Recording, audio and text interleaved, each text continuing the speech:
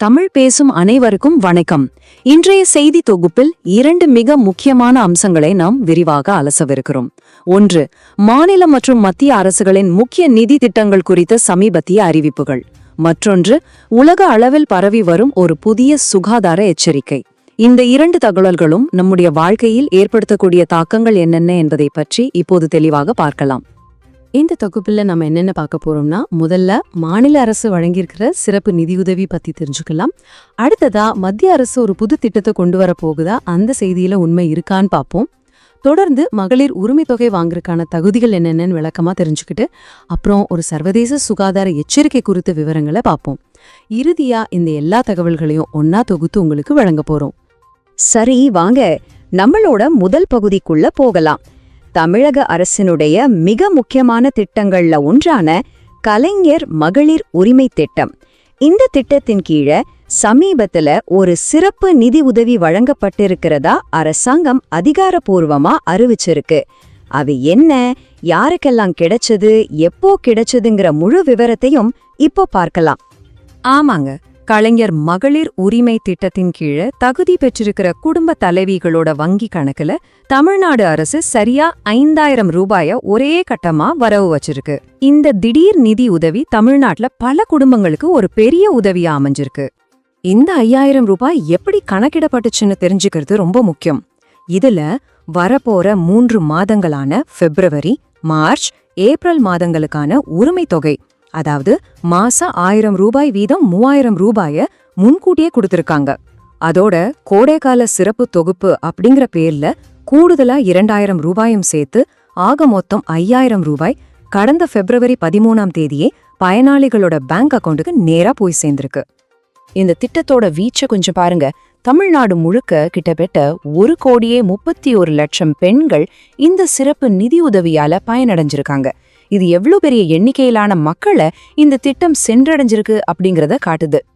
இது மட்டும் இல்லாம இந்த திட்டம் சம்பந்தமா தமிழக முதலமைச்சர் ஒரு முக்கியமான அறிவிப்பையும் வெளியிட்டிருக்காரு.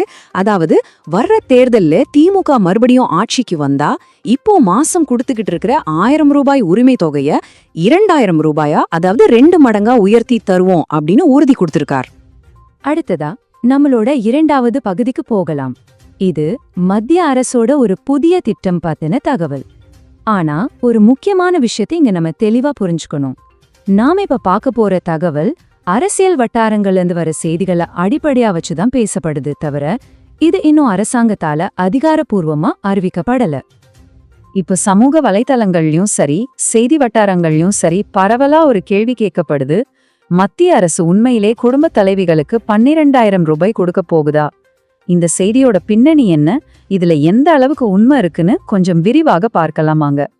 அரசியல் வட்டாரங்கள்ல இருந்து வர தகவல் படி வரவிருக்கும் 2026ஆம் சட்டமன்ற தேர்தலை மனசுல வச்சு மாநில அரசோட மகளிர் உரிமை திட்டத்துக்கு ஒரு போட்டியா ஒரு பெரிய நிதி உதவி திட்டத்தை மத்திய அரசு கொண்டு வர ஆலோசிச்சுட்டு இருக்கிறதா சொல்லப்படுது.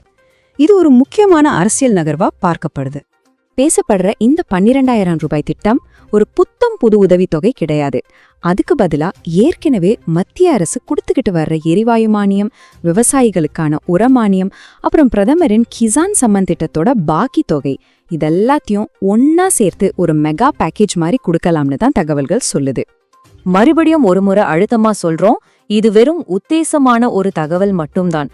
இந்த திட்டம் பத்தி இன்னும் எந்த ஒரு அதிகாரப்பூர்வ அறிவிப்பும் வரல.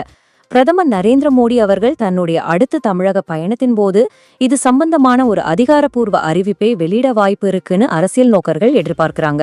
அது வரைக்கும் நாம பொறுத்திருந்துதான் பார்க்கணும். சரி, இப்போ நாம மறுபடியும் மாநில அரசோட திட்டத்துக்கே வருவோம். இப்போ நடைமுறையில இருக்கிற இந்த கலைஞர் மகளிர் உரிமை திட்டத்துல பயன்பெறணும்னா என்னென்ன தகுதிகள் ஒருத்தருக்கு இருக்கணும்னு இப்ப விளக்கமா பார்க்கலாம்.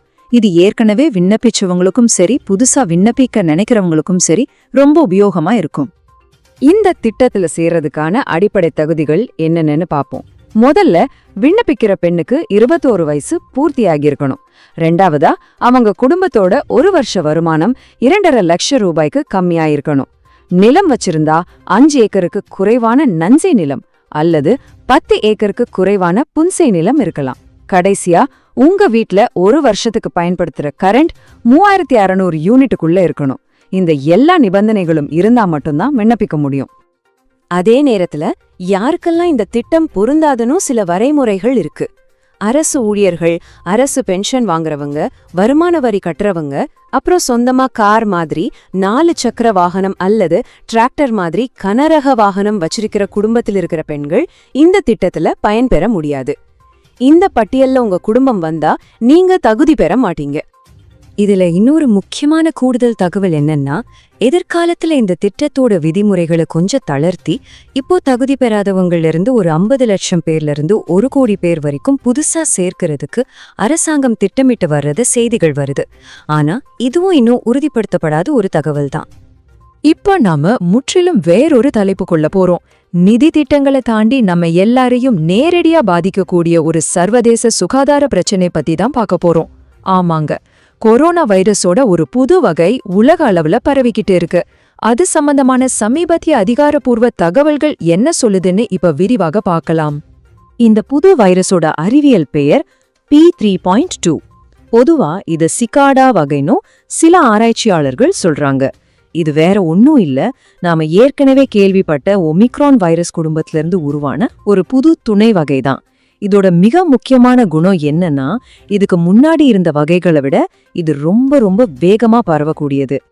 இந்த வைரஸ் பரவின காலவரிசைய பார்த்தோம்னா, இது முதல் முறையா நவம்பர் 2022ல தென்னாப்பிரிக்கால கண்டுபிடிக்கப்பட்டது.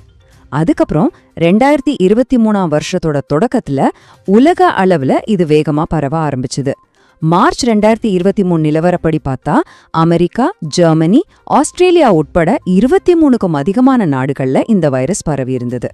இந்த புது வகை வைரஸ் தாக்கினா அதோட பொதுவான அறிகுறிகள் என்னென்னா, கடுமையான தொண்டவலி, காய்ச்சல், ரொம்ப அதிகமான உடல் சோர்வு, இருமல், தலைவலி, அப்புறம் மூக்கடைப்பு அல்லது சளி.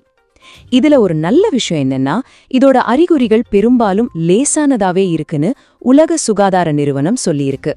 இந்த P3.2 வகைய பழைய வகைகளோட ஒப்பிட்டு பார்த்தா இது ரொம்ப வேகமா பரவும். அது மட்டும் இல்லாம தடுப்பூசி போட்டதுனாலயோ இல்ல முன்னாடி தொற்று வந்ததுனாலயோ கிடைச்ச நோய் எதிர்ப்பு சக்திய கூட மீறி தாக்கக்கூடிய திறன் இதுக்கு அதிகமா இருக்கு. ஆனா ஒரு ஆறுதலான விஷயம், இதனால வர பாதிப்புகள் லேசானதாவும் மருத்துவமனையில சேர்றவங்களோட எண்ணிக்கை ரொம்ப குறைவாவும் இருக்கு. அதனால உலகெங்கும் இருக்கிற சுகாதாரத்துறை அதிகாரிகள் சொல்ற முக்கியமான செய்தி இதுதான். இந்த புதுவகை வைரஸ பத்தி தேவையில்லாம பீதி அடைய வேண்டாம், ஆனா கண்டிப்பா விழிப்புணர்வோட இருக்கணும். குறிப்பா வயசானவங்க, வேற நோய்கள் இருக்கிறவங்க, அப்புறம் வெளிநாடுகளுக்கு பயணம் செய்யறவங்க கூடுதல் கவனத்தோட இருக்கணும்னு அறிவுறுத்தி இருக்காங்க. சரி, நாம இப்போ இந்த செய்தி தொகுப்போட இறுதி பகுதிக்கு வந்துட்டோம். இன்னைக்கு நாம விரிவாக பார்த்த இந்த 2 முக்கியமான தலைப்புகள்ல இருந்த தகவல்களையும் ஒரு முறை சுருக்கமா பார்த்துடலாம். அப்போதான் எல்லா முக்கிய விஷயங்களும் உங்க மனசுல பதியும். இன்னைக்கு நாம தெரிஞ்சுக்கிட்ட முக்கிய செய்திகள்: 1. தமிழ்நாடு அரசு மகளிர் உரிமை திட்டத்தின் கீழே 5000 ரூபாய் சிறப்பு நிதி கொடுத்திருக்கு. 2. மத்திய அரசோட 12000 ரூபாய் திட்டம் பத்தின அதிகாரப்பூர்வமற்ற தகவல்களையும் அதோட பின்னணியும் பார்த்தோம். 3. உரிமை தொகைக்கான தொகுதிகள் என்னென்னு தெளிவா புரிஞ்சுக்கிட்டோம்.